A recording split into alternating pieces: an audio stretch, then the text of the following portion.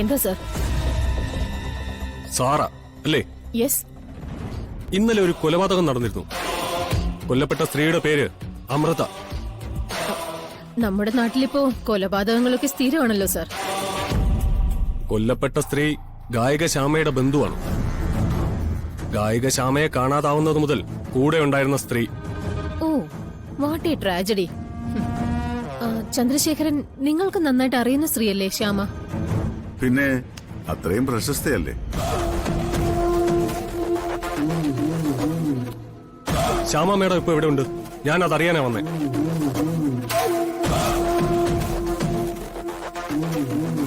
നിങ്ങളിൽ ആരാണ് എന്റെ ചോദ്യത്തിന് മറുപടി പറയുന്നത്?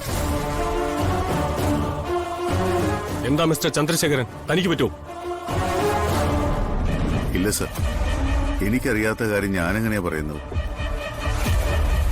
സാറാ, സാറിന്റെ ചോദ്യത്തിലല്ല സർ, സാറിന്റെ വരവിലാണ് എനിക്ക് അത്ഭുതം.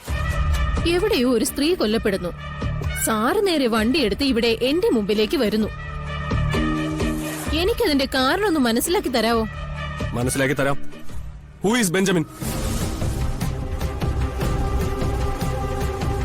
സാറയുടെ സഹോദരൻ, ചന്ദ്രശേഖരന്റെ ഉറ്റമിത്രം. കറക്റ്റ് അല്ലേ? ബെഞ്ചമിൻ എന്റെ വളരെ അകന്ന ബന്ധത്തിലുള്ള ഒരാളോ? സഹോദരൻ എന്ന് പറയുന്നതിനും വലിയ തെറ്റൊന്നുമില്ല. ശ്യാമ മേഡത്തിനെയും അമൃത മേഡത്തിനെയും തട്ടിക്കൊണ്ടുപോയത് ബെഞ്ചമിനാണ്. ഇപ്പോ അമൃത മേഡത്തിനെ കൊന്നതും അതേ ബെഞ്ചമിനാണ്. ബെഞ്ചമിൻ എവിടെയുണ്ടെന്ന് നിങ്ങൾക്കറിയില്ലേ? ഇല്ല സർ, ആക്ച്വലി ബെഞ്ചമിനുമായി എനിക്ക് വലിയ കണക്ഷൻ ഒന്നുമില്ല. സാറ് ചോദിച്ചപ്പോ ബന്ധം നിഷേധിക്കാതിരുന്നത് എന്റെ മാന്യത കൊണ്ടാ. സർ, ബെഞ്ചമിനെ കണിമംഗലത്തിന്റെ ഓഫീസിൽ കൊണ്ടിരുത്തിയത് ഇവരുടെ ഗൂഢാലോചനയാണ്. ബെഞ്ചമിൻ വഴിയാണ് കണിമംഗലം ഇവർ തകർത്തത്. ബെഞ്ചമിന്റെ തന്ത്രങ്ങൾ കൊണ്ടാണ് കണിമംഗലം ഇവർ പിടിച്ചടക്കിയത്. ഇവർക്കറിയാം സർ ശ്യാമ മാഡത്തിനെ കുറിച്ച്. ഇവർക്കെല്ലാം അറിയാം. ഇവരല്ലാതെ വേറൊരു ശത്രു നമുക്കില്ല സർ. ഇവരെ വെറുതെ വിടരുത്.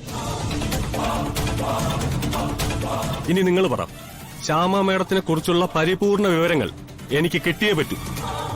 ഐ എം സോറി സർ, ബെഞ്ചമിന്റെ കാര്യം ഞാൻ പറഞ്ഞല്ലോ.